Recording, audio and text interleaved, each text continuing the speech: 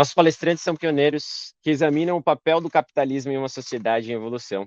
E aí eu vou chamar aqui nossos convidados. Sisodia, cofundador do Capitalismo Consciente. Núria Chinchilla, professora de Gestão de Pessoas em Organizações na ISE Business School. E Cássia Messias, nossa co-CEO da Humanizadas. Para mediar essa conversa, temos nosso querido Pedro Faro, também fundador e co-CEO da Humanizadas. Hello, everyone. It's a pleasure. Olá, todo mundo. Que prazer estar aqui com vocês no final desta sessão, né? Hoje teremos a honra de receber a professora Núria Chinchilla, de Barcelona, e o professor Raj Sisodia, dois professores reconhecidos e renomados, que nos vão trazer uma perspectiva global a respeito dos negócios das empresas conscientes e como podemos equilibrar o feminino e o masculino nos negócios, a professora Núria Chinchilla e o professor Raj Sisodia. É um prazer, em nome da Humanizadas, recebê-los aqui. Eu e a Cássia seremos os moderadores aqui desta sessão com vocês.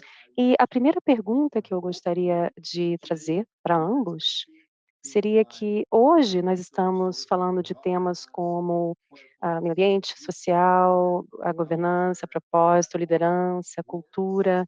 Há muitas palavras, mas, em primeiro lugar, eu gostaria de ouvir mais da perspectiva de vocês, né? Como vocês veem as mudanças nas empresas e nos negócios, né, de 5, 10 anos atrás até agora? Como vocês veem as mudanças que estamos vendo na no mundo corporativo agora e na sociedade? Na perspectiva de vocês, vocês estão evoluindo ou não? Estamos regredindo no nível da consciência, falando sobre os líderes e os negócios e as empresas? Essa pergunta é para ambos, tá? Então vocês podem dar a perspectiva de vocês. Obrigada. Núria, pode começar? Sim, obrigada. Claro, Pedro, estamos evoluindo e estamos evoluindo de uma maneira muito positiva, muito mais depois da Covid, né? Porque todo mundo estava muito consciente de que a vida era algo preciosa antes disso, né? Não achavam isso, trabalhavam demais. Então, é uma realidade, né, que estamos vendo novamente em diferentes empresas, de que querem, em primeiro lugar, ajudar as pessoas a encontrarem um propósito da empresa e um propósito para as pessoas, para realmente ligar esses dois e fazer uma sinergia.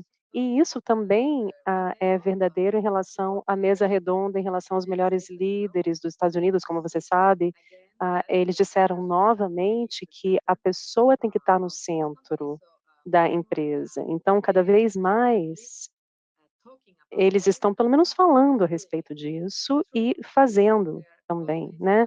Claro que há alguns que não estão fazendo isso e há alguns que estão meio que regredindo depois da Covid, né, porque não querem, por exemplo, o home office, né, ou o teletrabalho, porque não conseguem lidar com os objetivos, né, estão liderando através da presença, isso é algo que ainda estão acontecendo, mas os que estão tendo melhores resultados, realmente estão mudando o escopo e o paradigma de um paradigma muito mais antropológico, e estão mais conscientes a respeito do que estão fazendo e antecipando as consequências de suas ações.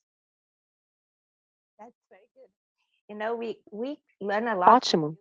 Bem, a gente aprendeu muito com você e é ótimo ver vocês dois aqui juntos, né, conosco. Eu sei que vocês estão trabalhando com a economia global, com líderes globais, mas eu preciso perguntar para vocês, como é que vocês veem o Brasil, né, na ascensão dessa nova economia?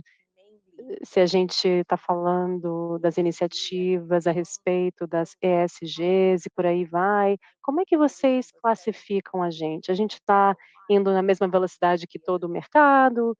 Ou, né, como é que vocês estão vendo a gente? Mais para frente ou atrás? O que que vocês gostariam de compartilhar em relação às diferenças, né, entre nós? Ou até as semelhanças também que temos. Bem, eu ia responder a pergunta do Pedro antes. Não sei se vocês querem que eu responda essa agora. Pedro, você quer que eu responda qual? A que você preferir. Ok, então eu posso falar também do Brasil, e na verdade eu estou em Porto Alegre agora. Tive uma sessão maravilhosa hoje de manhã e, bem, então deixe-me pensar na primeira pergunta, né, do Pedro, que falava um pouco dessa visão maior, nesse big picture e da mudança que está acontecendo. Então, não quero olhar só os últimos anos, né, da Covid, mas quero pensar num sentido mais amplo. Eu acho que essa mudança da qual fizemos parte já desde 15 anos, e comecei o Capitalismo Consciente em 2009, o meu trabalho realmente começou nessa área em 2004, então volta já um bom tempo. Eu estava percebendo que naquela época nós estávamos passando por uma mudança na sociedade fundamental. E o que nós estamos vendo hoje no mundo, de certa maneira, é uma maturação dessa fase. Eu acho que, né, começou em 1989, um tipo de mercado. De repente, alguns de vocês eram muito novos, mas eu acho que 1989 foi um dos anos mais importantes da história humana.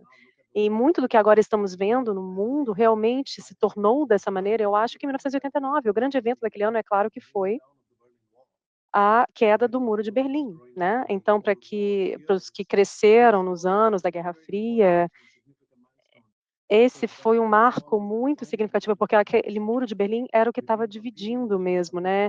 Visões, ideologias, concorrentes a respeito de como você organiza uma sociedade. Você tem comunismo, você tem controle do governo, de cada aspecto das vidas, e por outro lado você tem a democracia, você tem o capitalismo, você tem a liberdade.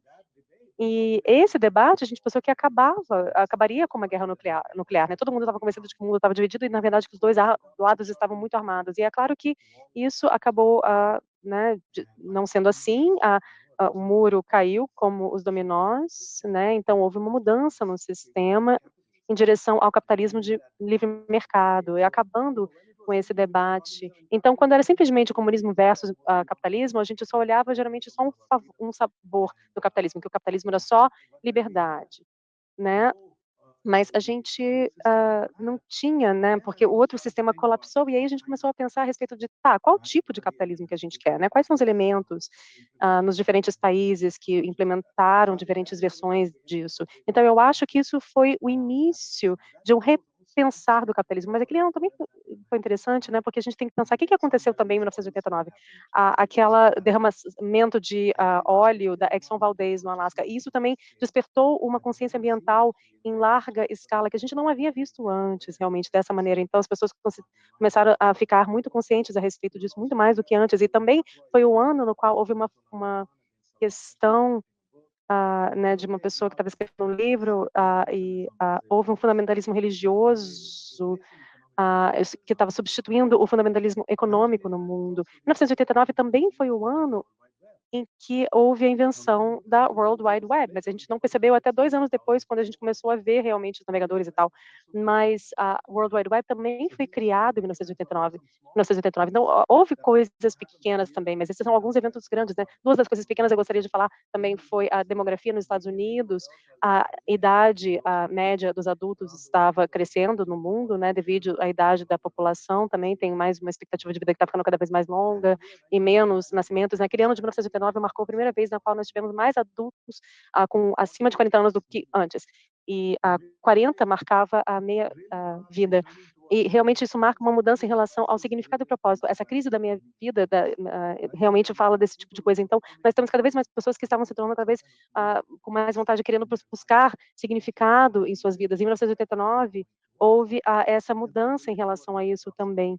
E também houve várias outras perguntas. E aquele foi o primeiro ano no qual nós tivemos mais mulheres estudando nas universidades do que homens.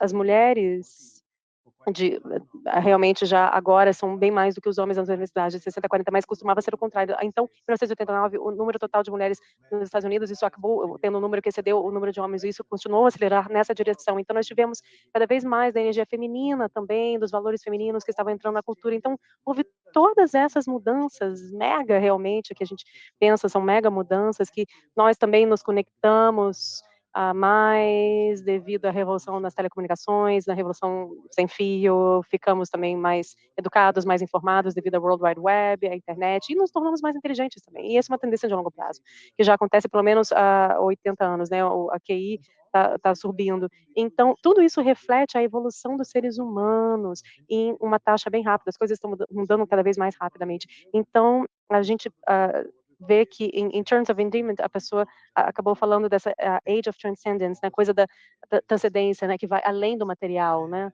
e agora nós estamos começando a olhar significado, propósito, impacto, transcendência, legado, e claro que nós nos tornamos também mais conscientes dos grandes desafios, como mudanças climáticas, etc. Então, eu acho que tudo isso criou um chão fértil para os tipos de movimentos dos quais nós fizemos parte, certo?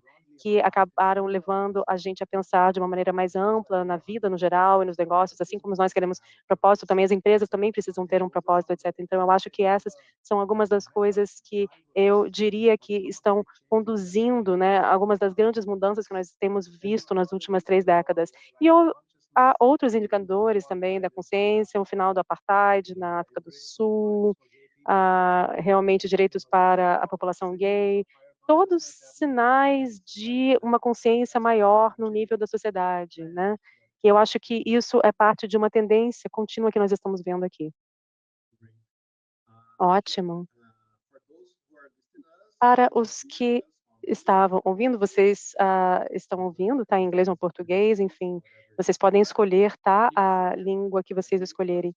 E, também podemos compartilhar as perguntas, tá, com a Núria e com o Raj. Eu acho que agora a gente pode ir para a pergunta da Cássia, né, a perspectiva do Brasil. Deixa eu só, retomar a pergunta. Então eu acho que, para resumir, né, eu ia te perguntar como vocês veem o Brasil no cenário global e na ascensão dessa nova economia multi-stakeholders e, capitalism. né, esse capitalismo de multi-stakeholders e todos esses temas que nós temos visto na transformação do capitalismo, né? Você quer começar, Raj? Não, pode ir. Bem, eu acho que o Brasil é tão grande que vocês têm tudo que vocês querem aí, né? E há muitas empresas maravilhosas e muitas outras que estão contaminando, entre aspas, né, a parte humana. Então, não estão tratando as pessoas tão bem, essas outras empresas. Então, temos de tudo realmente. É um país grande, mas eu acho que a evolução, a maturação das pessoas, o amadurecimento tem sido bem rápido e cada vez mais temos pessoas que estão decidindo para onde ir, né, e onde vão trabalhar. E nem tanto as empresas estão decidindo agora, sabe, quem que vai trabalhar com elas.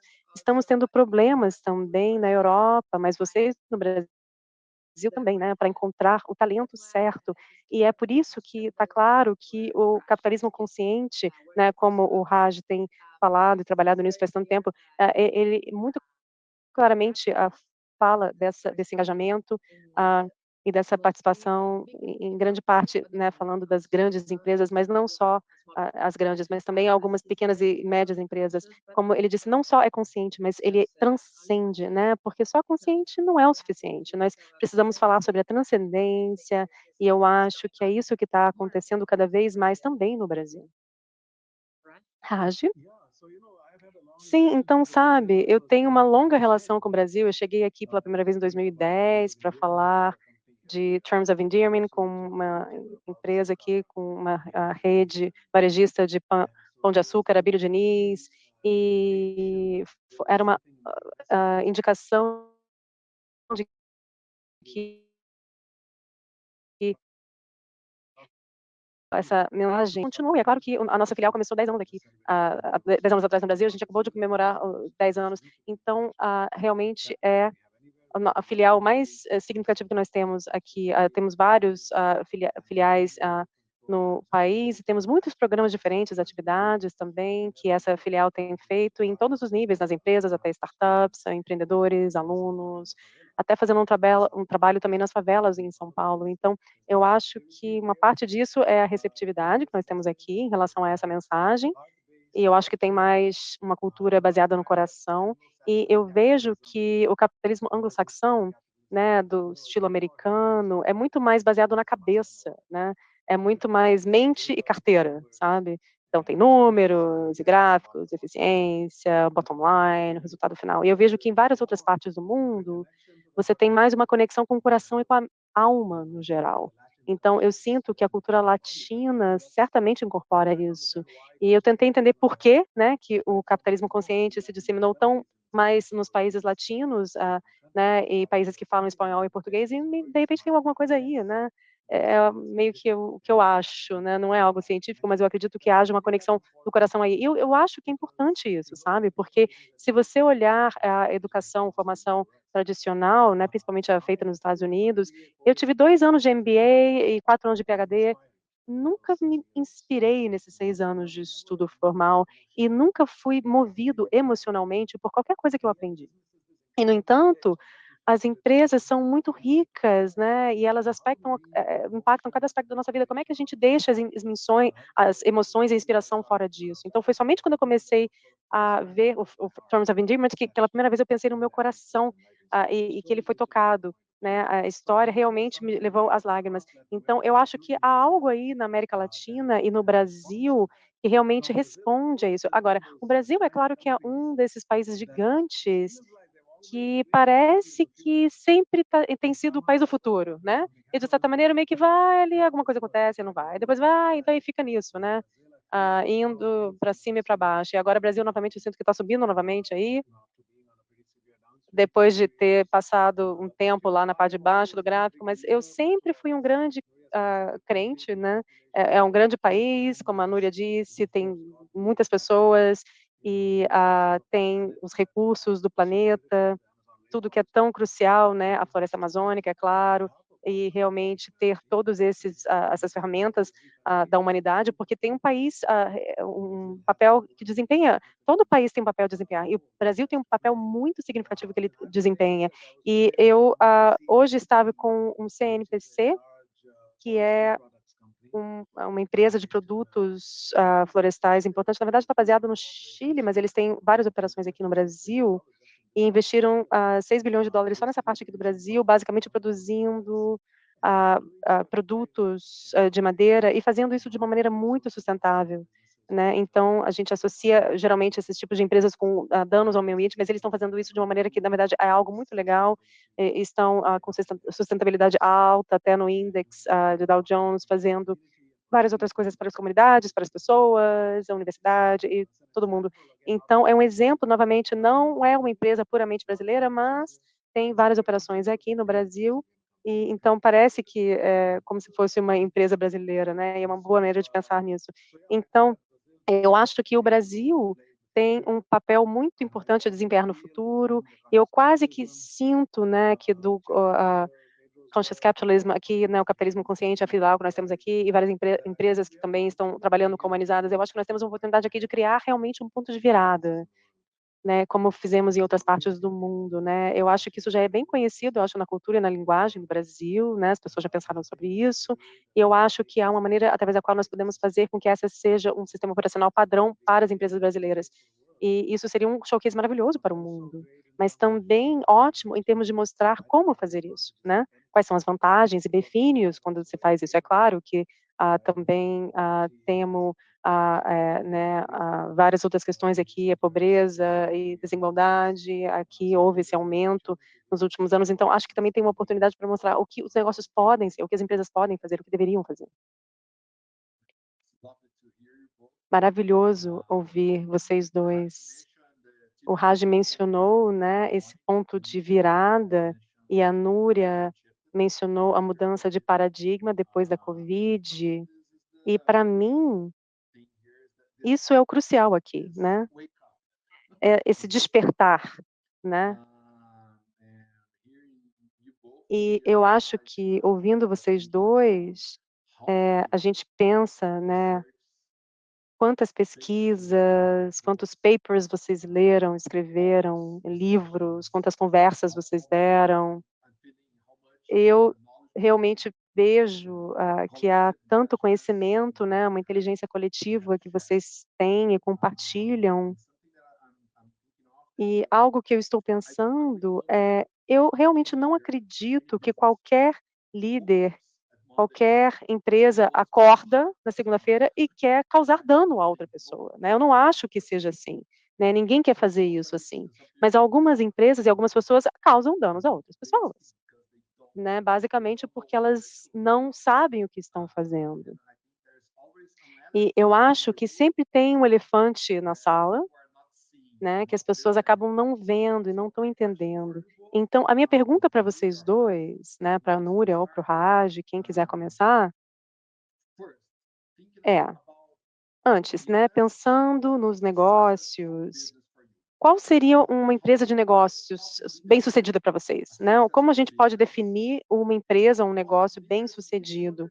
E o que que os líderes precisam entender? Qual é o elefante na sala para, né, os negócios e para as empresas aí?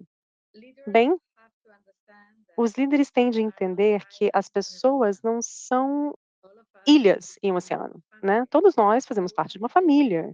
Então a gente tem que levar em consideração que essa pessoa está conosco 8 horas por dia, né? Depois de sair do escritório, da fábrica, essa pessoa vai para casa, né? E tem que ter tempo e energia e dinheiro para construir uma família. Nós temos também pessoas que dependem da gente, mais jovens ou mais, velhos, né, e se não for esse tipo de família, a gente tem amigos, enfim, tem várias coisas que nós precisamos fazer, a gente tem que descansar, a gente tem que, né, etcétera, se exercitar, esportes, enfim, isso é algo que os líderes têm de entender. E, às vezes, os chamados líderes não são líderes, eles são simplesmente gestores, porque eles não estão cientes do que significa liderar. Liderar é desenvolver uma relação de confiança com as pessoas. Quanto mais você desenvolve essa relação de confiança de uma maneira melhor, você vai ser um melhor líder. Então, o que que é uma empresa? Uma empresa é uma organização de seres humanos que tem um propósito e é claro que tem de ser sustentável. E para ser sustentável, nós precisamos ter resultados. E para ser sustentável, nós precisamos que essas pessoas também queiram e possam continuar fazendo as coisas. Então, e não contaminando essas pessoas, mas sim oxigenando-as, né, nos sistemas que nós temos e no que nós utilizamos e nos valores, né, que sejam valores que a gente deixa para a empresa, valores reais, não são aqueles valores que a gente tem naquela empresa lá na parede da empresa, mas os critérios que nós utilizamos para tomar decisões todos os dias. A gente tem que levar em consideração a transcendência, e tudo que eu faço é para transcender, porque está impactando outras pessoas. Posso levar isso em consideração ou não? Então, essa é a diferença real entre um líder e alguém que simplesmente está administrando, né? Só para resumir. Raj. I love that. Sim, obrigada, eu adorei o que você falou. Sabe, Pedro, eu já pensei sobre essa pergunta, né, qual é o elefante na sala, né, e ser o elefante seria o sofrimento que é causado. E inadvertidamente, como você mencionou, as empresas não são psicopatas, não querem realmente causar dano, assim, mas tem um ponto cego aí, e nós não enxergamos isso. O que a gente está vendo é pessoas fazendo trabalho, ganhando um salário, reproduzindo coisas, criando riqueza para os investidores e para a sociedade.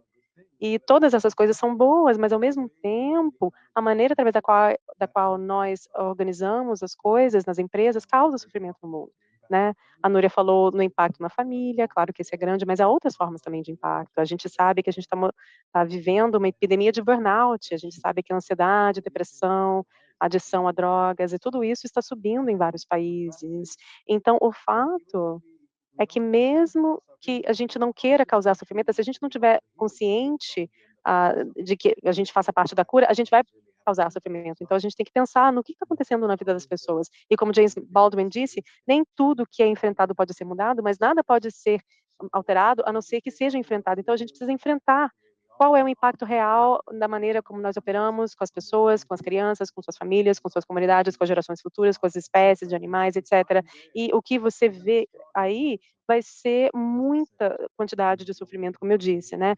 Globalmente, o engajamento dos funcionários é só 20%, então esse é um tipo de sofrimento quando o seu trabalho acaba sendo algo penoso, mas mais do que isso, né, você tem, dados de outros lugares, mas certamente está em algum lugar semelhante, né, quando eu vi isso dos Estados Unidos ou do Reino Unido, né, e 120.000 americanos morrem de estresse relacionado ao trabalho, e 600 mil chineses morrem de excesso de trabalho por ano, né? E até inventar uma palavra nova para isso, significa morte por excesso de trabalho. Então, esses são alguns dos custos humanos que nós infligimos nesse processo de fazer negócios e ter empresas. E muitas pessoas podem dizer, ah, tá, mas isso é a vida, né? Enfim, o trabalho é difícil, enfim, né? Não dá para conquistar alguma coisa sem o sofrimento. E eu não concordo com isso. Eu acho que tem sofrimento que é inevitável, mas tem muito sofrimento que é evitável. E eles são infligidos em outros seres humanos, por seres humanos, em outras formas de vida, outras espécies, por ignorância ou por apatia.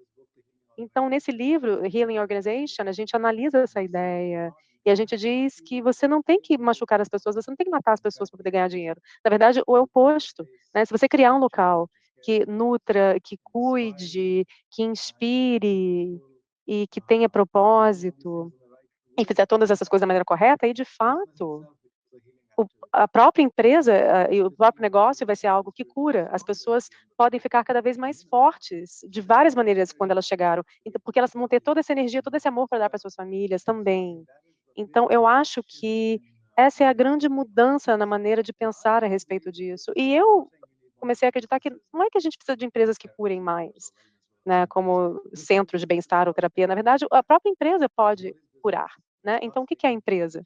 É a gente cuidando uns dos outros, né? Nós atendendo às necessidades dos outros. Uma sociedade livre, os governos não fazem isso. Então, as empresas, os negócios estão aí para nos ajudar a preencher e atender nossas necessidades. Se a gente fizer isso com uma energia de amor e cuidado, isso, na verdade, cura as pessoas, né? Eu posso te deixar inteiro nessa dimensão. E isso é uma maneira de cura. Agora, se eu enxergar as empresas como uma maneira de ganhar dinheiro para os donos, aí provavelmente eu vou causar sofrimento, né, para os clientes, para os funcionários, etc. Então, o mesmo trabalho pode ser feito de uma maneira que cause sofrimento ou pode curar para as pessoas que trabalham na empresa e para as pessoas que vão ser servidas pela empresa, os clientes, né? Também a gente pode focar na qualidade de vida dessas pessoas, de repente não fazendo só com que eles fiquem viciados ou querendo alimentos ruins ou coisas ruins que a gente possa vender e dando mensagens a respeito do que elas têm que comprar e como é que elas têm que fazer as coisas. Não, isso tudo é falso. Então, como é que a gente pode garantir que de fato a gente tem um impacto positivo, a gente está curando os nossos clientes, os nossos funcionários e até a nossa sociedade?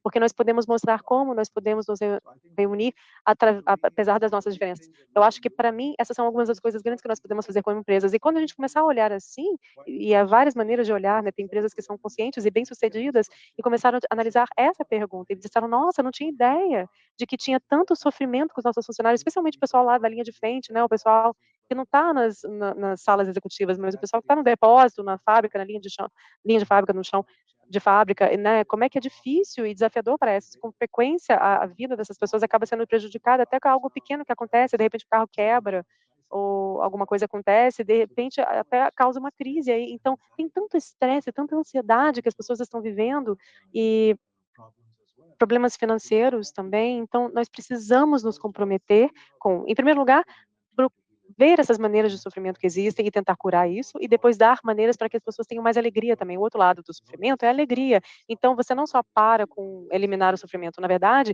a gente quer fazer as empresas para que seja algo alegre, porque quando você ama o que você está fazendo, você ama as pessoas com quem você trabalha e ama as pessoas a quem você serve, isso é uma fonte de alegria. Então, acho que isso é o que nós podemos criar aqui. Isso, para mim, seria um estágio posterior da evolução, realmente buscar ativamente maneiras através das quais a gente pode reduzir o sofrimento no mundo. E, na verdade, eu nem falei ainda sobre outras coisas, né? Eu não falei nem dos animais, a gente mata muitos animais por ano, depois a gente torturá-los, né, nessas fábricas de animais e fazendas. Então, tem muito sofrimento que nós estamos causando devido ao nosso apetite. Eu acho que isso também não é aceitável, né? Então, a gente tem que realmente fazer as coisas de uma maneira mais humana do que a gente fez no passado.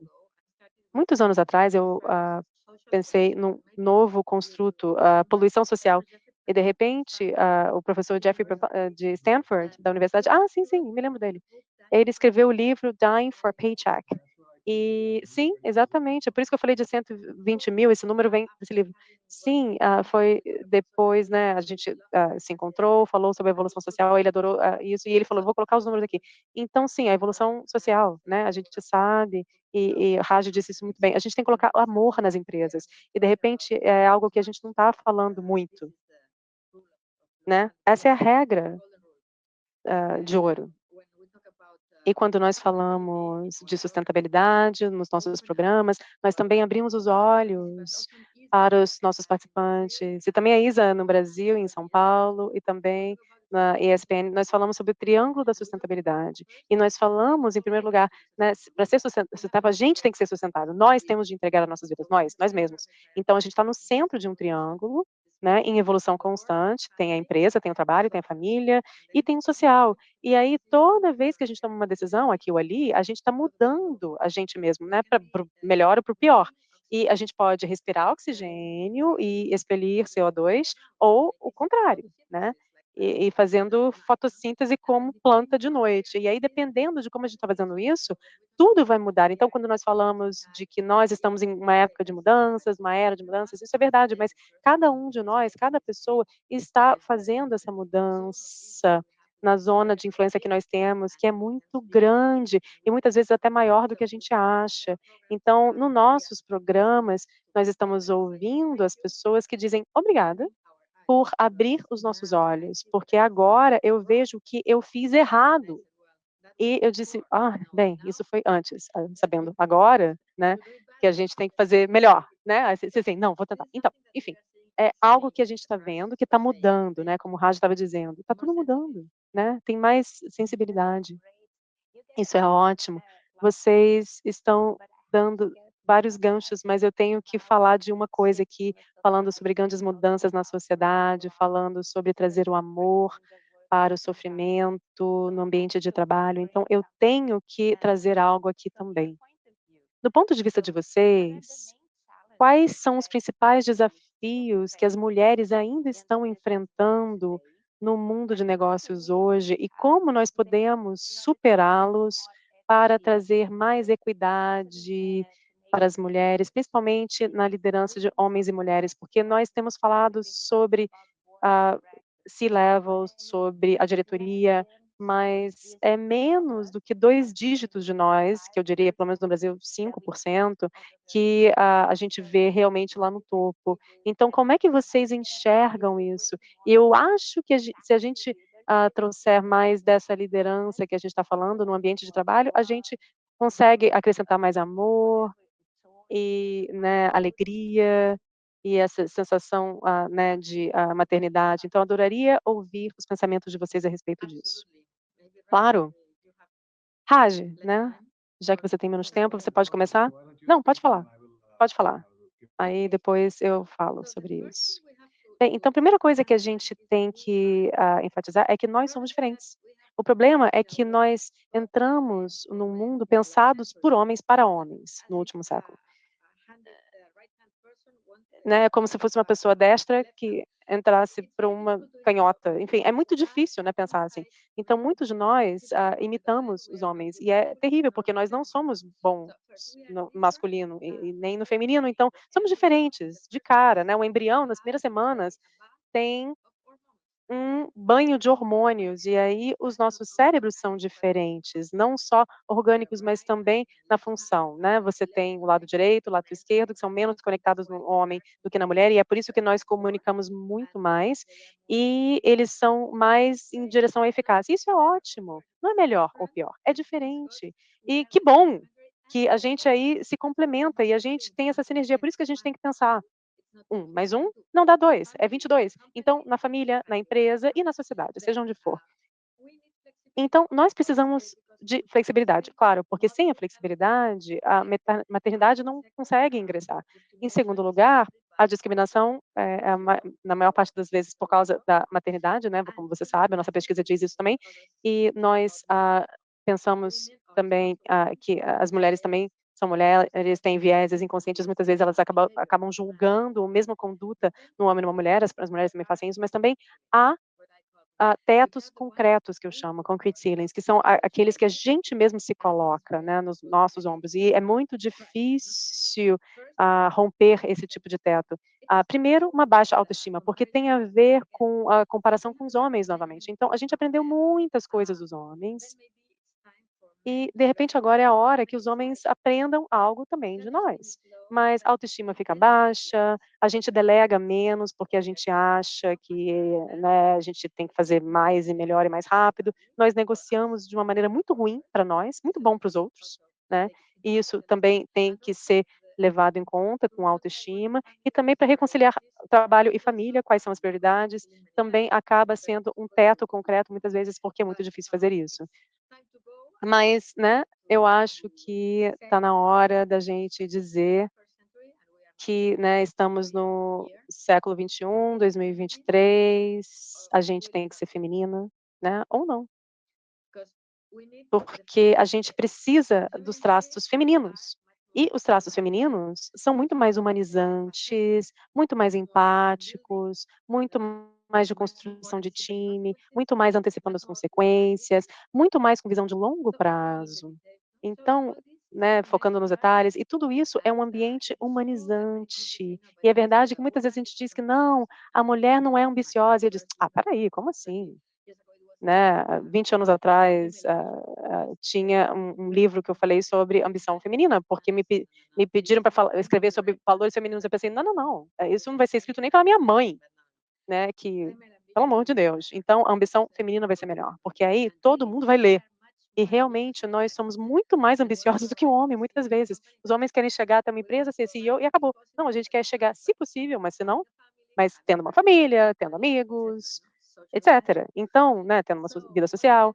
Então, o que que a gente pode fazer, né? Tantas coisas como nós sabemos, né, todos esses tetos de vidro aí, também são pedagogia. A gente também precisa ter a pedagogia para entender e também, né, no big picture, né, com os políticos, eles precisam ter uma política que, seja que possam abrir os olhos para entender que nós somos diferentes, e nós precisamos ter leis diferentes muitas vezes, né, políticas diferentes para realidades diferentes. E isso é algo que ainda não está sendo feito, mas quando eu estava nas Nações Unidas, eu estava como a representante ali para um comitê, contra a discriminação das mulheres, e o meu programa eram os 3 Fs, nós precisamos de 3 Fs, né, 3 critérios para todo processo de tomada de decisões, na política, nos negócios, para ter uma sociedade sustentável. A primeira era a feminilidade, porque muitos anos já que estavam sendo feitos com o olho feminino fechado. E aí a gente não pode focar bem, né, nem com um, né, masculino ou feminino, a gente precisa dos 2.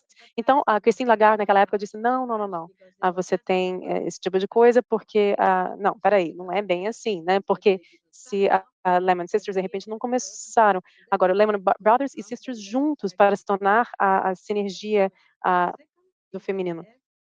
O segundo F não, espera aí, né, tem isso, o segundo é a família, né, a gente não é ilha, então a gente tem que pensar nas famílias. Em terceiro lugar, a gente tem a flexibilidade, porque sem essa flexibilidade a gente não pode lidar com nada, nem com uma planta que a gente pode administrar. Então, numa família, né, e tem pessoas em diferentes momentos e são muito importantes esses 3 Fs, porque na verdade eles levam às 6 Cs que nos deixam sustentáveis. Então, o ponto de vista feminino, que nos leva ao cuidado, caring, que é muito típico, né, potencialmente para cada mulher, a caring economy, a economia que cuida e também, cada vez mais interessante agora, a gente precisa disso. O segundo C no inglês é complementarity, complementaridade, que leva a essa energia, e o F de família nos leva à corresponsabilidade. Se nós vivemos uma família sem tempo e energia, a gente vai desenvolver competências, que são soft skills que a gente precisa no mercado de trabalho, e também a corresponsabilidade dos homens e das mulheres que estão construindo um lar. E o terceiro da flexibilidade é que, se você tratar as pessoas com flexibilidade, elas vão confiar em você, né, isso é confiança, e também compromisso, que é algo que todos nós queremos, né, o compromisso. Então são 6 Cs que são necessários para ser sustentável e para realmente estar feliz, né. Então é isso, obrigada. Acho que eu falei demais agora, né, perdão, Raj. Well, that is beautiful. Yeah, thank Não, you. tudo bem, foi lindo o que você disse, Núria, obrigado. Então, só para concluir nessa parte aqui também, porque como você sabe, eu sou um crente, apaixonado de que esse é o problema, né, a raiz de vários outros problemas, que nós excluímos o feminino. E eu amplio isso, né, falando, da exclusão das mulheres, mas a gente também não presta atenção na energia feminina no geral. Há diferenças entre os gêneros, mas o fato é que todos nós temos os dois lados, né? Nós temos a essência masculina e feminina em todos nós. Então, nós suprimimos esse lado feminino até no mundo, com muitos homens como líderes, nós ainda podemos trazer essa energia feminina se eles estiverem abertos, se os seus corações estiverem abertos. E também isso é algo que a gente tem que fazer, conectar o homem com o seu lado cuidador, como Martin Luther King disse, a gente tem que ser tough-minded, mas também tender-hearted. Então, ao mesmo tempo, né, seja você um homem ou uma mulher, todos nós somos capazes disso. Então, eu acho que essa é a grande mudança que precisa acontecer no mundo. E me disseram alguns anos atrás, trabalhando com a coach uma vez, falei com um trabalho, falei do background da minha vida, trabalhando com uma coach, e ela disse que ela disse: você percebeu que você passou 45 anos tentando impressionar seu pai? E eu estava fazendo 60 anos. Porque, né, chegar ao título, dinheiro, sucesso, etc. Mas agora você está passando os últimos 15 anos honrando a sua mãe com o seu trabalho. E todo esse trabalho, o Firms of Endearment e Capitalismo Consciente, Empresas Humanizadas, etc., e a filial aqui, realmente está tentando honrar essa energia da mãe, e é isso que está faltando, né? Qualquer empreitada humana, você precisa da energia da mãe e do pai, e nós deixamos a energia da mãe de fora das empresas, de fora do governo, da política, todas essas arenas, né, foram dominadas pela energia masculina. Por isso que a gente tem todo esse conflito, todos os danos, a gente está destruindo a terra-mãe, né? A mãe terra, porque a gente não está honrando essa energia da mãe o suficiente. Então, eu acho que esse é o elemento ouro aqui, né? É honrar a mãe e a energia da mãe. E juntamente com isso, porque eu não estou descartando a energia do pai, né? Do masculino saudável, mas é a mesma coisa que a gente dizer, olha, a gente pode ter o feminino e o masculino saudáveis juntos, né? Nos homens e nas mulheres, né? Para ter mais mulheres e também homens conectados dessa maneira. E eu acho que isso vai criar quase que um nirvana no mundo, sabe? Nos nossos negócios e na sociedade, né? De uma maneira saudável, tantas essas duas dimensões. Então, é isso, né? Eu tenho que sair agora, infelizmente. Eu tenho que ir para o aeroporto. Então, foi um prazer estar com vocês e verei todos em breve. Obrigado, Raj. Obrigado. Tchau, obrigada. Bem, então, nesse sentido, o meu último livro é Hand in Hand, com The Best She. E a ideia é que era ela está salvando a ecologia humana. E eu estava falando dessa salvamento da ecologia, porque quando o Al Gore começou a falar sobre ecologia, eu disse, tá, tem tantos milhões com ecologia, mas e a ecologia humana, em primeiro lugar? Porque se a gente salvar a ecologia humana, os humanos vão salvar o planeta, mas não o contrário, né? Então, é interessante entender tudo isso, né? O que está em primeiro lugar, o segundo, o terceiro, e também quando eu comecei com todas essas coisas, eu disse: "A gente tem que dar dados e a gente tem que fazer uma pedagogia com os políticos. Como é que a gente pode começar com C-Level aqui na Espanha?" Quando eu disse em 2002, havia somente 2% de mulheres nos conselhos diretores, dos e-banks. Agora estamos em 33%, sem cotas. Havia, sanções, mas não tinha cotas. Enfim, finalmente, agora haverá cotas, mas eu acho que quando nós formos maduras o suficiente, né, não sei se vocês sabem, mas na Índia eles começaram com cotas, com 40% compulsório, e em alguns meses eles tiveram 40% de mulheres nos conselhos diretores. Eu acho que isso é o que a gente tem que fazer, porque, né, eles têm as esposas dos homens nos conselhos diretores. Na verdade, foi isso que elas fizeram. Então, para a gente entender, se a gente faz a coisa melhor, com flexibilidade, com responsabilidade corporativa familiar, que é o que eu tenho utilizado muitas vezes para poder entender ou para dar alguns dados, a gente tem mais de 400% mais compromisso de pessoas e funcionários que estejam em um ambiente oxigenante, ou seja, responsabilidade corporativa familiar, para levar em consideração a família, ter essa flexibilidade, um bom estilo e bons sistemas e valores. E na mesma empresa, do que nas pessoas na mesma empresa com outros departamentos sem essa responsabilidade corporativa familiar. Isso foi muito interessante para as empresas e também para os políticos, né, para começar a fazer as coisas de maneira diferente. Também com as leis, né? Então isso é pedagógico também. Sim? Estamos chegando ao final da nossa sessão. Eu acho que nós temos mais perguntas. Será que a gente pode fazer mais 2 perguntas, Cássia? Sim, nós podemos fazer. Eu acho que a gente ainda tem de 5 a 7 minutos. Então, Núria, a minha última pergunta para você é que a gente tem as perguntas da Cássia, e eu sempre me empolgo com as histórias, histórias espirituais, e eu acho que a gente aprendeu muito com os exemplos. Então, eu te perguntaria para compartilhar conosco um caso, uma história de uma pessoa ou uma empresa que para você seja uma inspiração. A gente pode, né, dessa forma, ter esperança no futuro da humanidade, no futuro do capitalismo. Ok. Bem, há tantas, né? Há muitas. Mas mais do que grandes empresas, porque nós podemos ter muitas empresas grandes que vocês sabem, né, conhecem, empresas como Johnson& Johnson, que são muito boas, porque já eram flexíveis desde o início e queriam fazer as coisas bem, não somente porque eram mais humanistas, mas também porque queriam ter melhores resultados. E é isso que nós precisamos ter sempre juntos, né. Não é só porque a gente é filantropo, não, é porque a gente também quer ser sustentável, isso significa ter bons resultados. Mas também havia empresas menores, e você podia pedir a empresas que nos momentos de problemas, quando elas tinham de decidir quando iam demitir ou não as pessoas, elas decidiram não só não demitir, mas também compartilhar com todas as pessoas como nós podemos fazer as coisas de uma maneira melhor. E aí, quando decidiram que tinham esse problema e você tinha que demitir, sei lá, 15 pessoas, e se, em vez de demitir essas pessoas nos próximos 3 anos, se nós tivéssemos uma redução do nosso salário, e aí depois de 3 anos a gente vê o que que acontece. E isso foi o que fizeram. Essa era uma empresa de varejo grande que fez isso, e fizeram isso, e isso uniu todo mundo, né, para o resto da vida, porque viram que para eles, essas eram pessoas reais e não só indivíduos.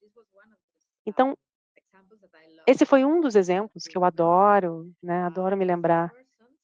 Como pessoas, também há pessoas que, né, como vocês sabem, que, investiram tudo o que tiveram até ir à falência, né. Isso é algo que eu não gosto, porque não tem um raciocínio aí. Eu sempre digo que a gente tem 2 tipos de motivos, né, extrínseco, para tomar decisões. Extrínseco, né, eu espero que alguém me dê algo, e o intrínseco, não, é isso que eu amo, né, adoro fazer assim, mas aí tem a transcendência, né, qual é o impacto nos outros? E a transcendência tem que ser racional, não só espontânea, porque o espontâneo não é, virtuoso, não é sustentável. Então a gente tem que ver exemplos que sejam, né, de motivação racional, através desses motivos, essa é a ideia. Bem, e Núria, você ofereceu tanto, né, tudo que você disse foi tão inspiracional para mim e para todos nós. Então, em primeiro lugar, muito obrigada por isso. E eu acho que a gente está chegando aqui ao final, então você gostaria de compartilhar algumas coisas, últimos pensamentos, no sentido de trazer esperança e também nesse equilíbrio entre lucro, crescimento e também sustentabilidade? O que que você deixaria aqui para gente, né, para as novas gerações que estão vindo, e o que que você esperaria que as pessoas como eu ou como você, pessoas que são mais sêniores, né, têm mais de 25 anos de liderança, o que que você, deixaria como exemplo, né, que a gente possa ter para as próximas gerações? Bem, o que a gente tem que fazer, todos nós, é sempre, né, porque o conhecimento da pessoa antes para pensar e para se inspirar pelo nosso propósito, para encontrar a missão, né. Qual é a minha missão aqui? Por que que eu estou aqui? Isso significa que eu sei muito bem as minhas competências, as minhas incompetências, os meus valores, os meus contravalores e finalmente eu consigo ver qual é a minha contribuição. O que que eu posso contribuir e onde, né. E aí, ter muito claro que o trabalho sempre tem a vida pessoal e profissional, porque o trabalho está entrando, cada vácuo que nós temos, né. no dia a dia. Então significa que sempre é sancionável, nós também temos incentivos, e a família é compreensível, né, e a gente precisa ter prioridades muito claras, né, realmente essa regra de 20, 80, onde é que eu estou realmente indispensável? 20% das minhas tarefas são só eu que tenho que fazer, né, na família, como esposa, como mãe, né, como várias pessoas, mas também na empresa, 20%, são aqui, né, mas 80% eu posso delegar, né. Dentro da casa, na empresa, enfim, encontrar esses 20%, colocar no diário e todas as outras coisas a gente deixa, né. Isso é tão importante para realmente ser mestre do seu destino, para a gente ser mestre do nosso destino, que é o título do livro, né, Masters of Our Destiny, que nós escrevemos 20 anos atrás. Isso é muito importante, senão a gente não é livre. A gente acaba sendo só escravo de um sistema que está funcionando. E está correndo, e, né, para ter esse raciocínio também, para a gente ver onde é que a gente é totalmente indispensável, pra onde a gente pode contribuir, e também se nós formos líderes, não só em casa, mas também em outros lugares, para tentar ser autênticos. Nós precisamos ser muito coerentes, o que que a gente pensa, o que a gente está fazendo, o que a gente fala. Isso é o mais importante para realmente ser um líder e para continuar sendo um líder, porque, novamente, liderança significa confiança. E se você quer que as pessoas nos confiem em nós, antes eu tenho que confiar em mim mesmo. E, né, quando a gente fala de reconciliar o trabalho com a família, eu não gosto de reconciliar, porque conciliar é colocar como inimigos comuns esse termo, eu não gosto disso. Família e trabalho não são inimigos. Eu gosto de falar sobre integrar a vida. Uma linha, integrar a vida, não é, ah, tudo, é uma linha com tudo, e aí uma missão.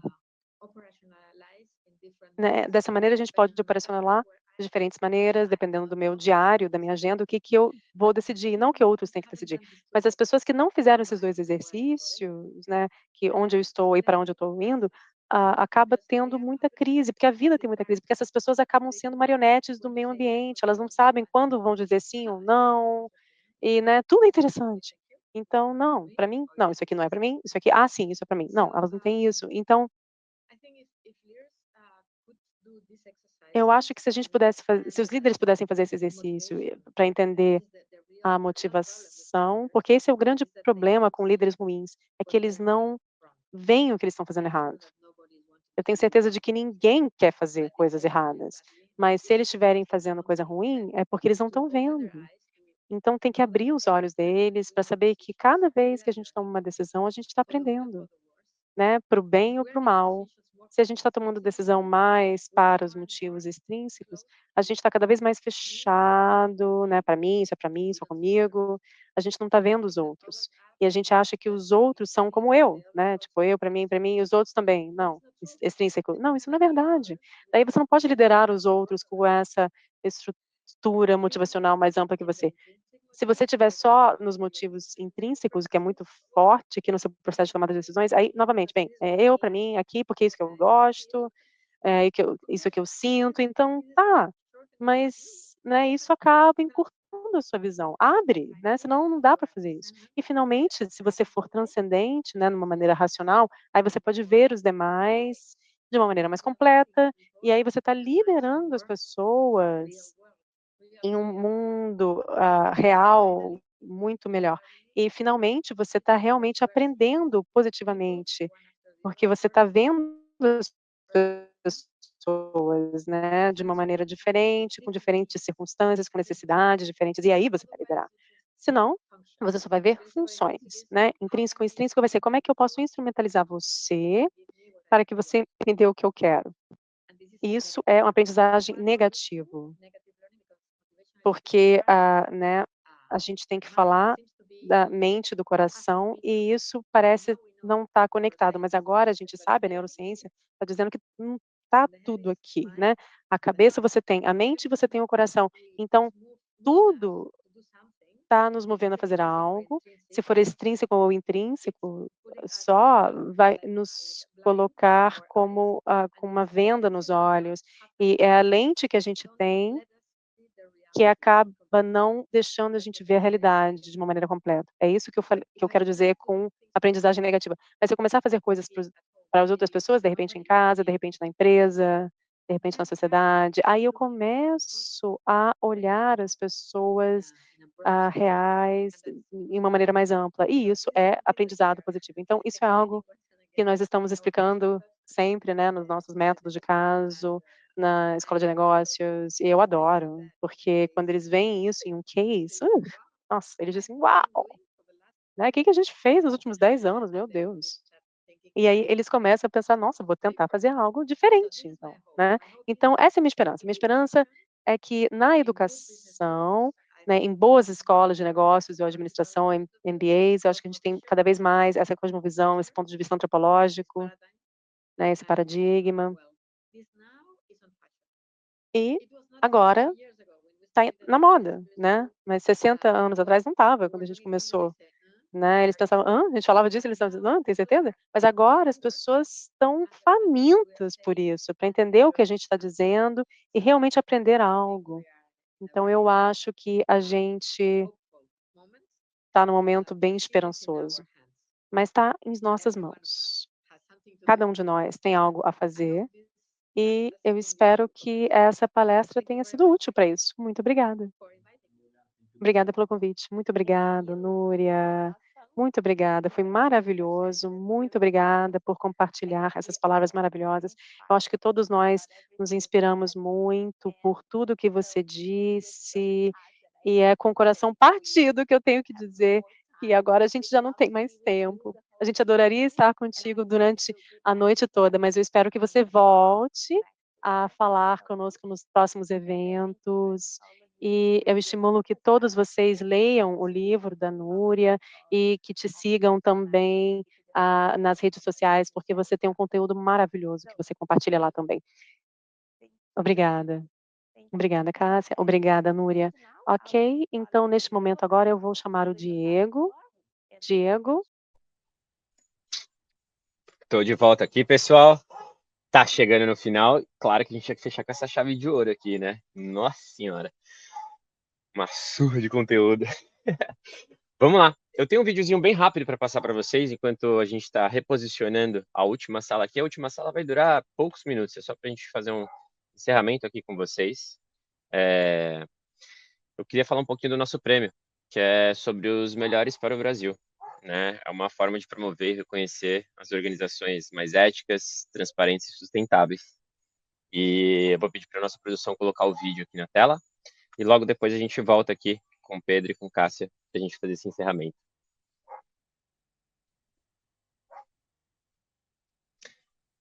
Esse é aquele momento que o apresentador começa a ficar nervoso e fala assim: produção, tá tudo bem aí? Então a gente pode fazer, inclusive, uma publicidade, né? O merchan aqui. Então vamos fazer um merchan humanizadas, né, galera? Pô, deixa eu ver se o nosso link tá aqui. Não tá aqui? Produção, se der aí depois, por favor, coloca nosso link aqui no chat. Nosso link é para quem quiser conhecer um pouco dos nossos produtos. E esse link vai dar um desconto de 10%, né? São vários produtos que a gente tem aqui dentro da Humanizadas e dentro de todos os papos que vocês viram hoje aqui, a gente pôde perceber que o primeiro passo é justamente entender, ouvir, ter esse canal de escuta, né? Então, um dos principais produtos que a gente tem aqui é justamente para escutar quem está ali na empresa, fora da empresa, no entorno, na vizinhança. Então, preencha esse link que automaticamente vocês já vão ter 10%. E caso vocês queiram certificado também ou qualquer outra coisa, é só preencher o link que a gente vai ajudar vocês, beleza? Pode colocar o vídeo aí, produção.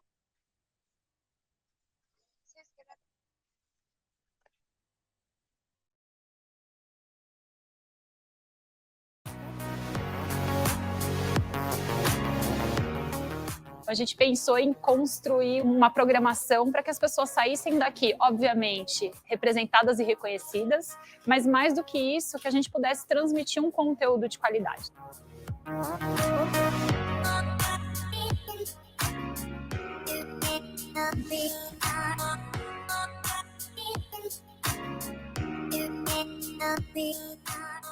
Então, hoje aqui a gente viu desde uma abertura super legal com o Raj Sisodia, que tem o endosso da pesquisa que a Humanizadas realiza aqui no Brasil. A gente passou por 2 painéis, um falando sobre disrupção em RH, o outro falando sobre ESG, com discussões e cases práticos, justamente para as pessoas terem exemplos do que estão acontecendo entre essas melhores empresas. E a gente encerrou com a cereja do bolo, que foi o Pedro Paro trazendo os insights da pesquisa e também a gente podendo reconhecer 3 categorias. Hoje chegamos a mais de 200 empresas, sendo 87 no ano de 2023 certificadas ou conquistando ratings de 3B para cima. Isso mostra que o Brasil tem muito potencial para empresas humanizadas.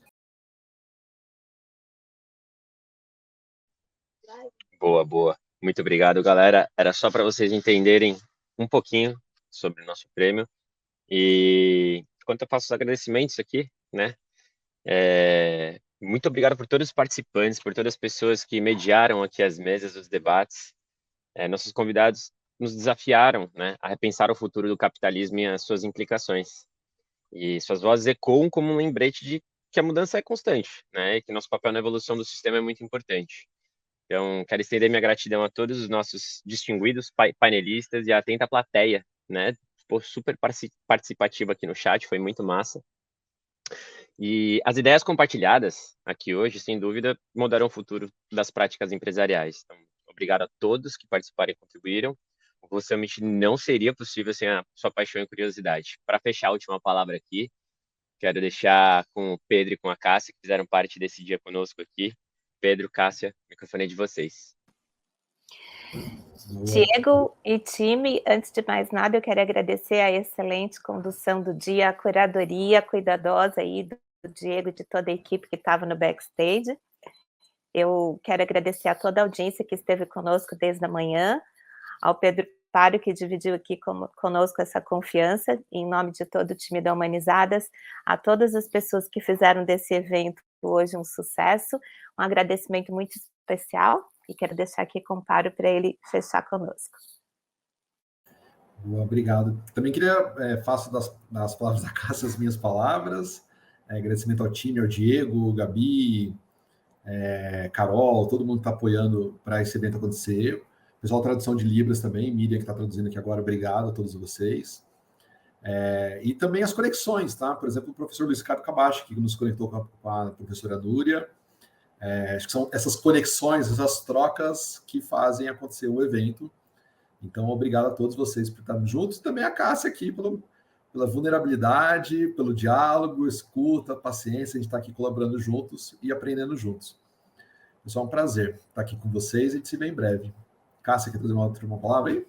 Sim, eu quero lembrar a todos que a gente se vê aí no primeiro trimestre de 2024, quando a gente, então, vai premiar mais uma vez, como nós trouxemos ao vídeo aí, o prêmio das melhores para o Brasil, que, como nós vimos muitos exemplos, a Humanizada se dedica, então, a trazer dados, a fazer uma escutativa de todas as pessoas que interagem com os negócios, ao que está funcionando aí nesse triple play que a gente está chamando, de crescimento, de lucratividade e de sustentabilidade, e que a gente possa ter ainda muitos mais casos para dividir junto no final do primeiro trimestre do próximo ano.